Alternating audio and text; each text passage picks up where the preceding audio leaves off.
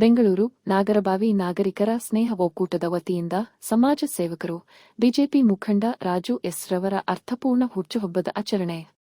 ರಕ್ತದಾನ ಶಿಬಿರ ಮತ್ತು ಉಚಿತ ಆರೋಗ್ಯ ತಪಾಸಣೆ, ಪೌರ ಕಾರ್ಮಿಕರಿಗೆ ಸನ್ಮಾನ ಹಾಗೂ ಪ್ರತಿಭಾವಂತ ವಿದ್ಯಾರ್ಥಿಗಳಿಗೆ ವಿದ್ಯಾರ್ಥಿ ವೇತನ ಪುರಸ್ಕಾರ ಹಾಗೂ ಬೀದಿ ಬದಿಯ ವ್ಯಾಪಾರಿಗಳಿಗೆ ಕೊಡೆ ವಿತರಣೆ ಕಾರ್ಯಕ್ರಮ ಹಮ್ಮಿಕೊಳ್ಳಲಾಯಿತು.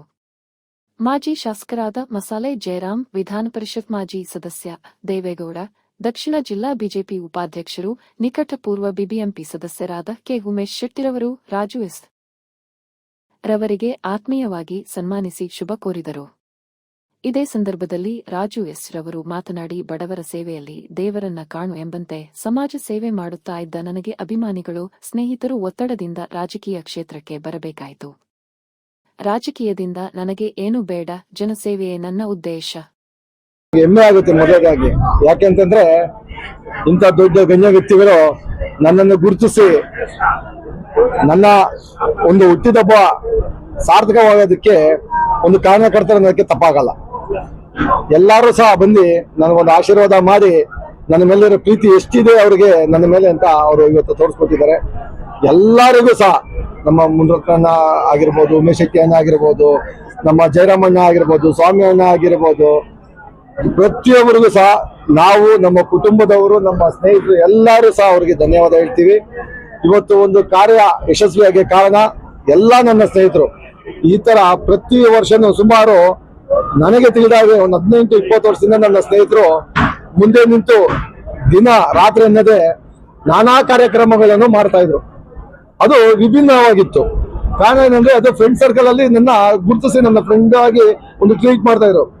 ಇವತ್ತು ನಾನು ರಾಜಕೀಯಕ್ಕೆ ಬಂದಿದ್ದೀನಿ ಅಂತ ಗೊತ್ತಾಗಿ ಇನ್ನೂ ಹೆಚ್ಚಾಗಿ ರಾಜಕೀಯವಾಗಿ ಏನ್ ಮಾಡಬಹುದು, ಜನರಿಗೆ ಏನು ರಾಜನ ಯಾವ ರೀತಿ ತಲುಪಿಸಬಹುದು, ಮತ್ತು ರಾಜು ಯಾವ ರೀತಿ ಬಂಧು ಬಳಗ ಮತ್ತೆ ಸ್ನೇಹಿತರನ್ನು ಕಟ್ಟಿದ್ದಾನೆ, ಯಾವ ರೀತಿ ಅವನು ಇರಬಹುದು ಅನ್ನೋದಕ್ಕೆ ಇವತ್ತು ಅವರೆಲ್ಲ ತೋರಿಸ್ಕೊಟ್ಟಿದ್ದಾರೆ. ಎಲ್ಲ ನನ್ನ ಸ್ನೇಹಿತರಿಗೂ, ಎಲ್ಲ ಪ್ರತಿಯೊಬ್ಬರಿಗೂ ಸಹ ನಾನು ಹೇಳ್ತೀನಿ, ಇಲ್ಲಿ ಅವರು ಇರೋಂಗಿಲ್ಲ, ಪ್ರತಿ ಎಲ್ಲ ನನ್ನ ಸ್ನೇಹಿತರಿಗೂ ನನ್ನ ಮುಖಾಂತರ ಅವ್ರಿಗೆ ಧನ್ಯವಾದ ಹೇಳಕ್ಕೆ ಇಚ್ಛೆ ಪಡ್ತೇನೆ. ಅವರು ಈ ಇಟ್ಟಿರೋ ಪ್ರೀತಿನ ನಾವು ಸಾಯೋ ತನಕ ನಾವು ಆಗ್ಲಿ ನಮ್ಮ ಮನೆಯವರು ಆಗ್ಲಿ ಅವ್ರ ಮೇಲೆ ಇಟ್ಟಿರ್ತೀವಿ. ನಮ್ಮಲ್ಲಿ ಯಾವುದೇ ಒಂದು ತಪ್ಪಾಗಿರ್ಬೋದು, ನಮ್ಮಲ್ಲಿ ಯಾವುದೇ ಒಂದು ಇದ್ರೆ ದಯವಿಟ್ಟು ಎಲ್ಲರಿಗೂ ಸಹ, ಎಲ್ಲ ನಾಗರಿಕರಿಗೂ, ಎಲ್ಲ ನನ್ನ ಸ್ನೇಹಿತ ವರ್ಗದವರಿಗೂ, ಎಲ್ಲ ಮುಖಂಡರಿಗೂ ಆ ಥರ ಏನೇನು ಇದ್ರೆ ದಯವಿಟ್ಟು ಕ್ಷಮಿಸಿ ತಿದ್ಕೊಳ್ಳೋಕ್ಕೆ ಒಂದು ಅವಕಾಶ ಕೊಡಿ. ಮುಂದಿನ ದಿನಗಳಲ್ಲಿ ಇನ್ನು ನಾನು ಏನು ತಿದ್ಕೊಂಡು ಇನ್ನು ಯಾವ ರೀತಿ ನಾನು ಆಗ್ಬೋದು ಅಂತ ನಿಮ್ಮ ಎಲ್ಲ ಮಾರ್ಗದರ್ಶನದ ಮೂಲಕ ನಾನು ಆಗ್ತೀನಿ ಅಂತ ಹೇಳಕ್ ಇಚ್ಛೆ ಪಡ್ತೇನೆ.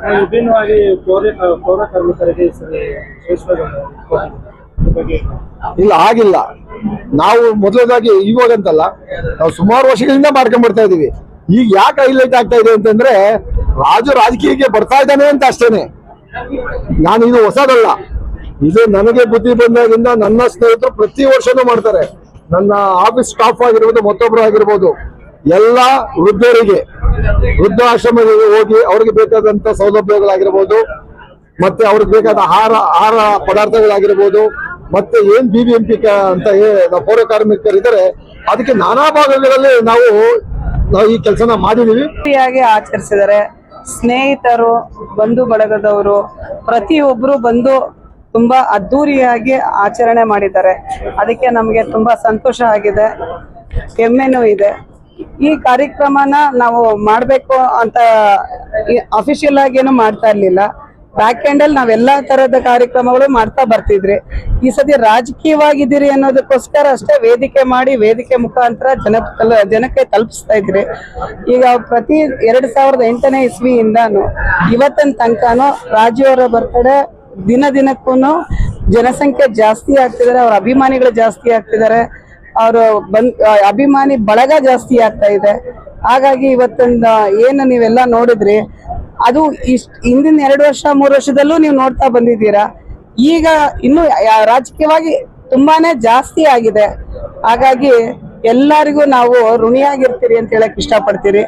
ಇವತ್ತು ನಮ್ಮ ಯಜಮಾನ್ರ ಬರ್ತಡೇ ನಾವು ಅನ್ಕೊಂಡಿದ್ದಕ್ಕಿಂತ 10 ಪಟ್ಟು ಹೆಚ್ಚಿಗೆ ಆಗಿದೆ.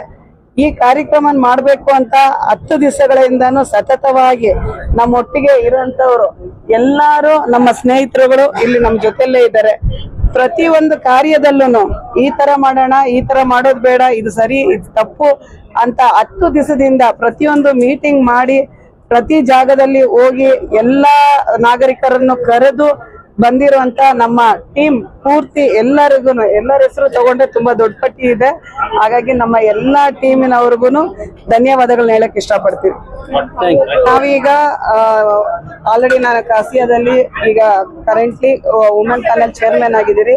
ನಾವು ಆಲ್ರೆಡಿ ಎಂಪವರ್ಮೆಂಟ್ ಏನು ಹೆಣ್ಮಕ್ಳು ಸಬಲೀಕರಣ ಅಂತ ಹೇಳ್ತೀರಿ, ಅದನ್ನ ನಾವು ಆಲ್ರೆಡಿ ಈಗ ಮಾಡ್ತಾ ಬರ್ತಿದ್ದೀರಿ.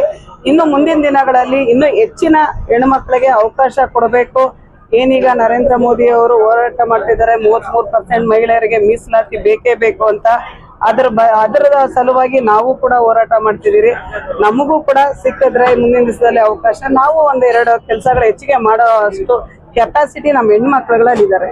ಹೆಣ್ಮಕ್ಳು ಹೊರಗಡೆ ಬರಬೇಕು ಅನ್ನೋ ಸಲುವಾಗಿನೇ, ಈಗ ರಾಜಕೀಯವಾಗಿ ಕೂಡ ಹೆಚ್ಚಿನ ಜನ ಬರಬೇಕು ಅನ್ನೋ ಸಲುವಾಗಿನೇ ಈ ಮೀಸಲಾತಿಗಳನ್ನ ಕಂಪಲ್ಸರಿ ಮಾಡಬೇಕು ಅಂತ ನಾವು ಎಲ್ಲರ ಹತ್ರ ಬೇಡ್ಕೊಳ್ತೀವಿ.